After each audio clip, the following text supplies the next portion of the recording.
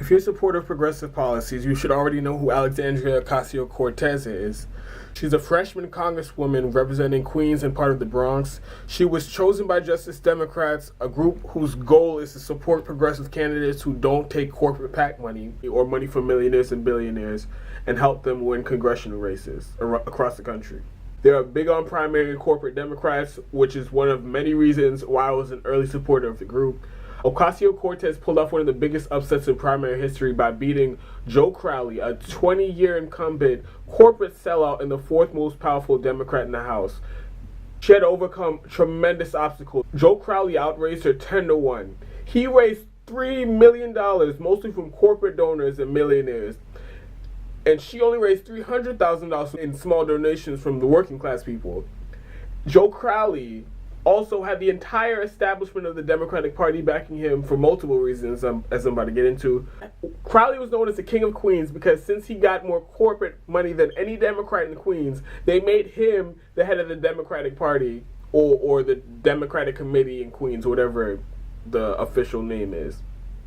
In that position, basically any Democrat who wanted to run for office in Queens needed Joe Crowley's approval, seeing how he'd been crowned gatekeeper to all corporate cash in the borough. And a reminder, this is the Democratic Party we're talking about, so of course he was using that position in the party to get unfair advantages. She faced a media blackout because no one other than independent media outlets like the Young Turk and Secular Talk and maybe Democracy Now! Gave her airtime and would actually talk about her campaign. Even though it was a big deal that such a high-profile Democrat like Joe Crowley was being primaried, CNN, ABC, CBS, NBC, all of these major outlets had nothing to say. They gave her no airtime. And the only exceptions to that in the mainstream media would probably be a few print outlets. I think maybe the New York Times and the Washington Post did an article about her campaign before the primary. But she got her message out by running a grassroots campaign with a lot of volunteers going door to door, including herself, talking to people. She took every chance she got to go on independent media outlets and talk about progressive priorities like Medicare for all, raising the minimum wage.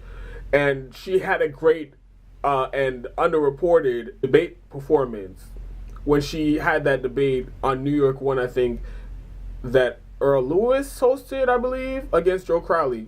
And she handed him his ass.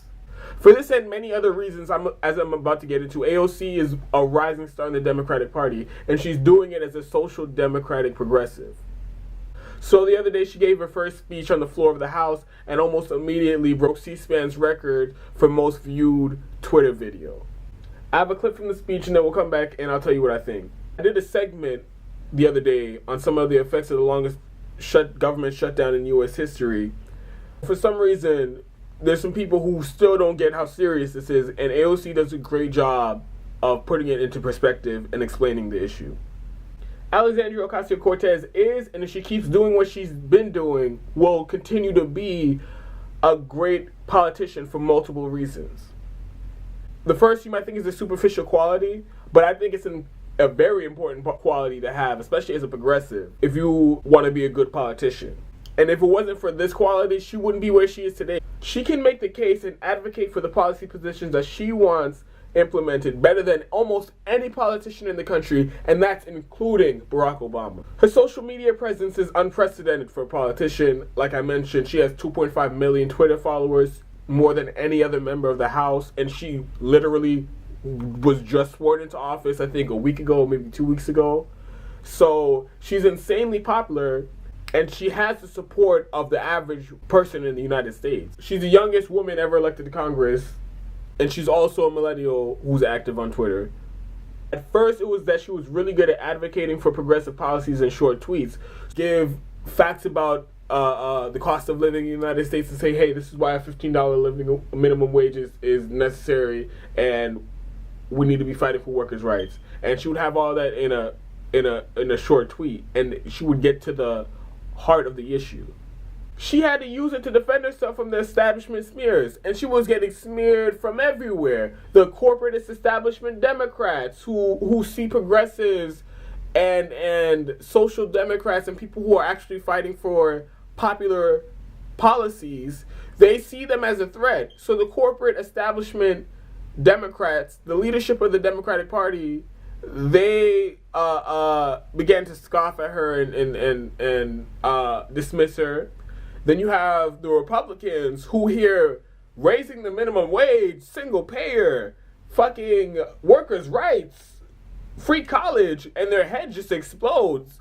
You know, any of those issues is primed to set a conservative off. So you have AOC out front on all those issues. You know they're ready to attack. A good example of that is recently she floated the idea of and this idea has been out there before. It's not like she came up with it. The idea of a 70% marginal tax rate, highest marginal tax rate for the top earners in the country. So anybody making more than $10 million, any dollar you make over $10 million would have been taxed at 70%. That was her proposal. It's a good idea. I don't see a problem with it.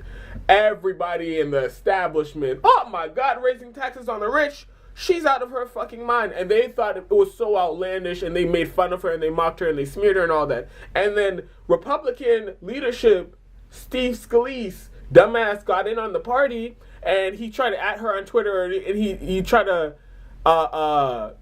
mock her on Twitter for her proposal.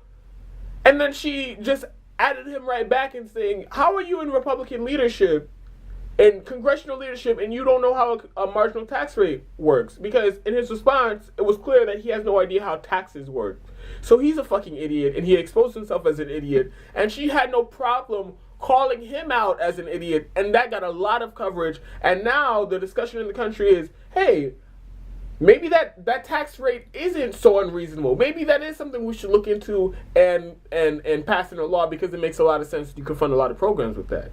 And then the media, who's just the mouthpiece for the corporate state in America, the corporate interests as well as the politicians, just a mouthpiece for the establishment. The corporate media pundits also began to attack her too. And now around the time, that's when she began to go on TV and do interviews, because she just won the primary and got a whole bunch of coverage. So she took her communication skills on TV and showed how good she really is at just cutting through the bullshit, deflecting attacks, and getting straight to the policies. Now she's using her social media to bring transparency to Congress. She live streams on her Instagram and her Twitter. She live streams throughout the day. She live streamed her orientation into Congress and what that was like, and shed a lot of light on the process. Throughout the shutdown, she's live streaming the effects of what the shutdown are and her attempts to pass legislation to reopen the government. I think it was a day or two ago, she posted a video on Twitter where she was looking for Mitch McConnell, because the House already voted to reopen the government. And so we just need the Republicans in the Senate to vote on it, and then the president to sign the bill, and then the government will be reopened. So she was going all over the halls of Congress looking for Mitch McConnell, and he was nowhere to be found. She live streamed that and got a lot of coverage.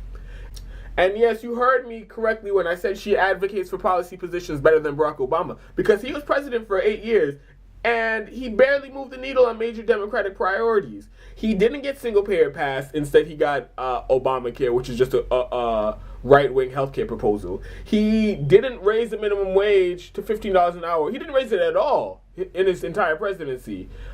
He didn't end the wars like he ran on. He came into office. We were in 2 wars. He left. We were in 8 wars. He didn't get free college. So all these issues, Obama was just clearly lacking and didn't move the needle in the direction that it needed to go, whether in public opinion or in actual policy. But AOC, like I mentioned, just went in office 2 weeks ago or a week ago, and she's already changing the national debate about things like the marginal tax rate. She's talking, she's having people talk about a living wage. She's moving the discussion on single payer. And she's just better at it than Barack Obama is. And like I mentioned, the transparency and all that stuff, Barack Obama never used social media, and he almost never uses social media. So he was definitely not as good at it as she is. Next, she doesn't take any corporate money at all. She doesn't take money from millionaires, billionaires, or PACs, main requirements of Justice Democrats. If there's one thing almost everyone in the country agrees on, is that the political system is rigged in favor of the rich and the millionaires, the billionaires, and the corporation. The way to address that problem is a constitutional amendment to ban private money in politics. That way, politicians are more responsive to the people. Until we have that, the best indicator as to whether or not a politician is working for corporate donors or for the people is their position on taking corporate money in their campaigns. And AOC gets that. AOC gets that, and she's a fierce advocate for getting money out of politics, which makes her even more popular than she already is. Because she takes no corporate PAC money, and she's financed by the people, her policy positions are on point. Like I mentioned, she gets her campaign money from small dollar donors, so she's advocating for the policy positions that regular people, working class people want. She's fighting for single payer Medicare for all. Like I mentioned on the show, 30 to 40,000 people die every single year in the United States because they can't afford basic health care. That's not a problem that they have in Canada. That's not a problem that they have in UK. That's not a problem they have in France. That's not a problem they have in Germany. That's not a problem they have in Australia. That's not a problem they have in Sweden or Denmark. That is a problem we have in the United States because we have a private health insurance system and we don't have everybody's healthcare costs covered. So she's out there fighting for single payer. She went and joined the Sunrise Movement as they were protesting in Nancy Pelosi's office for a Green New Deal. So she, one of the fiercest advocates in Congress for 100% renewable energy within 10 years. And the government funding a Green New Deal infrastructure plan across the country to redo our country's infrastructure to shape it in a way that makes it more friendly to green technology and renewable energy. So she's out front on that, on climate change. Huge advocate for economic equality, meaning a living wage for workers, paid vacation time, because that's another big thing. The United States is literally the only modern nation on the country that does not have mandatory paid vacation by law. In Europe, most countries in Europe, they have like a month paid off a year. And that's just mandatory by law. Some places you could get even more time off. She's for sick days. Like, again, another thing that's related to workers' rights is single payer healthcare, because you're covering their healthcare costs. The workers don't have to worry about the healthcare costs. She's also huge in favor of Wall Street regulation. I got a story about that coming up. Free public education, including college, which is also a very important priority for progressives in the Democratic Party. Just go down the list and she's on the right side of almost every policy. Remember this, Alexandria Ocasio-Cortez is a name to watch out for. If she keeps in the direction that she's going in, and she keeps doing the things that she's doing, bringing transparency to government, advocating for policy positions that people want, like single payer, raising wages, free college, getting money out of politics.